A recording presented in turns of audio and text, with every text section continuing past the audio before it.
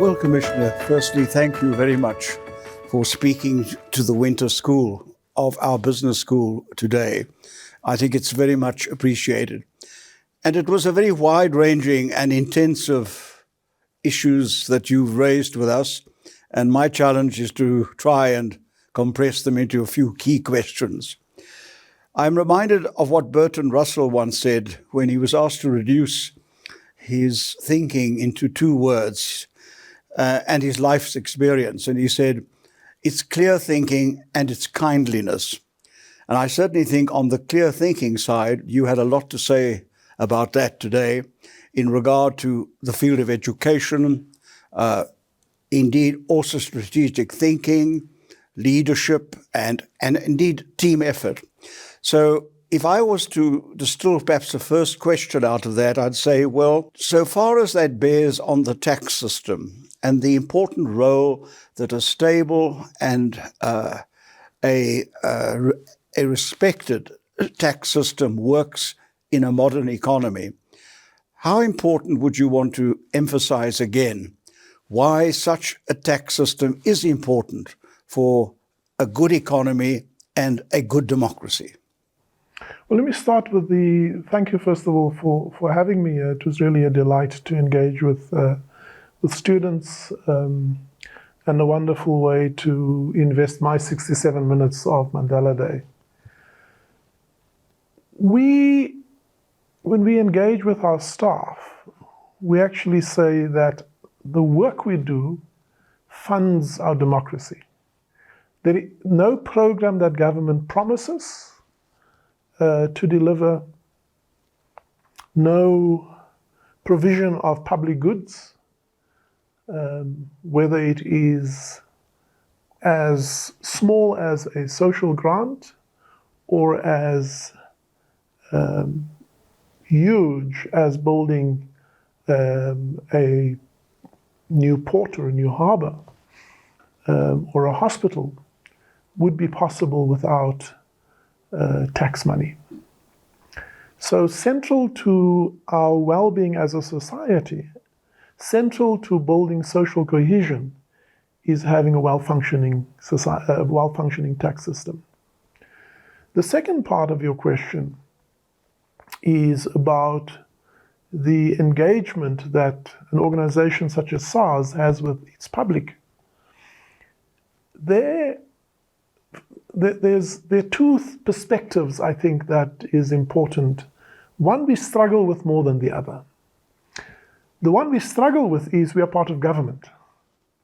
And if government isn't trusted, then we are in that neighborhood of distrust. And I think if we are frank, then we have to say we live at a time when confidence and trust in the delivery efficiency of government has waned. We have had little impact on closing the inequality gap. There are still too many people who live in poverty. There are still too many young people and people in general that are unemployed. And so we get confronted all the time to say, well, you collect the taxes, we don't see the benefit thereof. And so we fight with our colleagues in government to say, you impact on our work. That's the harder one. The easier, the one that is more within our control is really the three core business objectives that we strive to do, which is to say tax is a complex matter. People don't really want to get involved in it, ordinary people. And so our three principal objectives of making you aware and clarifying it, making it simple to fulfill, and at the same time presenting a credible threat so that those who don't comply are detected, is our entire engagement model, with at least saying to South Africans, given that you have to pay taxes, we want to engage with you in a positive way. Yes, I think that's quite important, because if I could revert to something like the Davis Committee on Tax, which you will be aware of, which did a lot of good work in the past few years, I want to draw 2 points from that, which I think are relevant to what you've said this morning. The first is the issue that they themselves said that that the confidence and the trust in the tax system hinges as much on how efficient and the integrity of the tax system itself as to whether people have the perception that what they're paying in taxes is being wasted on a very large front, either through corruption or state capture or just wasteful projects, and that they're not getting value for money. So I think you've confirmed that really is quite an important issue. The second, more longer-term issue, which even if you accept that you're maximizing the returns that you want to get out of the system in a legitimate way and that everyone must play their part, what is it that will enhance the taxable capacity of our economy, that you can enlarge the number of taxpayers rather than more efficiently now getting out of the existing group of taxpayers what you're entitled to get and what they must pay? What would you say would be one of the most important factors that would make your job easier if the number of taxpayers could be enlarged?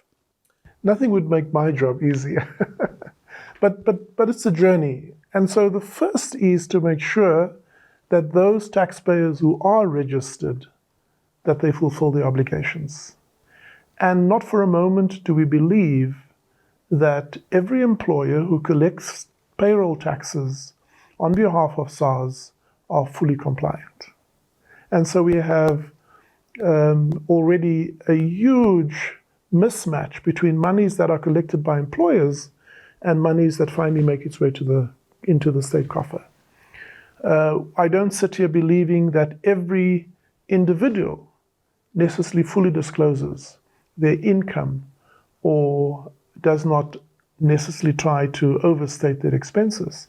I don't sit here believing that there aren't organizations involved in some form of planning, and some may border on aggressive planning. So that's the first area, is to ensure that those who ought to pay, who are registered, in fact fulfill the obligation.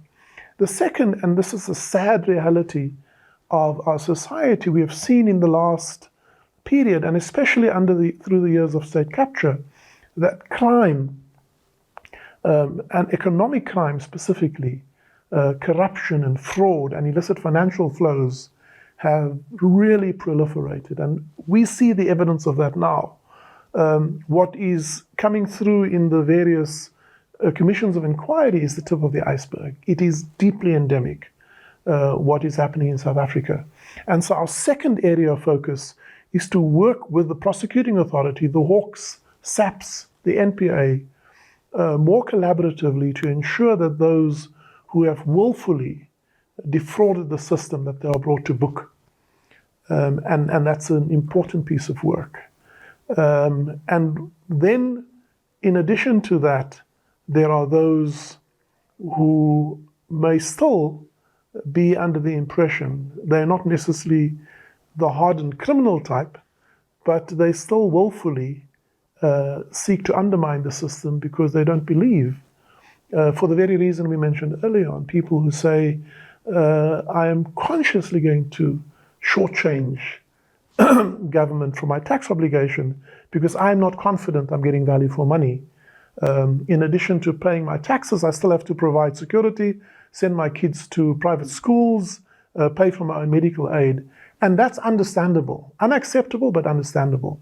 Could I also ask whether you would add to that the prospects of South Africa getting job-rich growth on a much higher scale will also add to the quantum of taxpayers, because more people who are in business, who are employed, that makes your job easier in terms of the pool of taxpayers out of whom one wants to get a justifiable amount of revenue. Well, that would have been my fourth point, is to grow the tax base.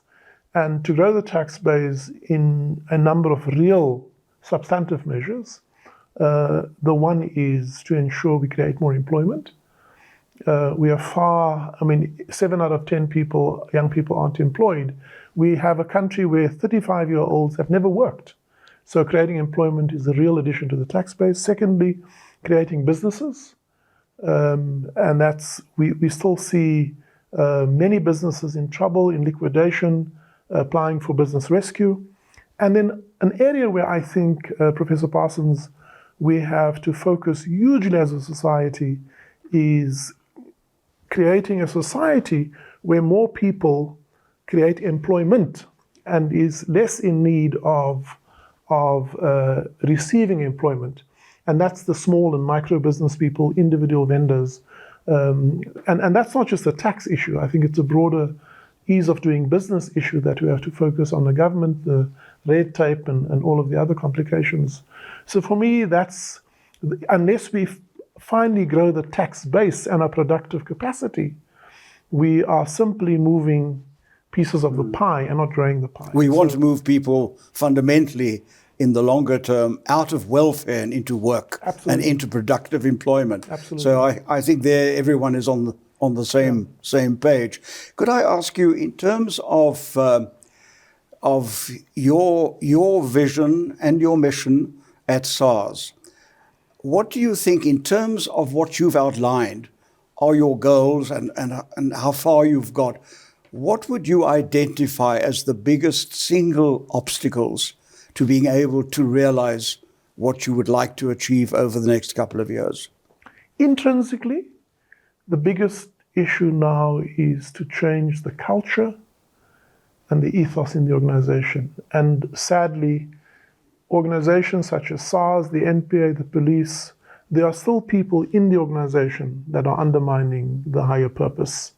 And so identifying and rooting them out is an important piece of work we do. We've reestablished an integrity unit, an anti-corruption unit, so that staff who collude with taxpayers, who think it's a good idea to undermine the process, that they're identified and rooted out.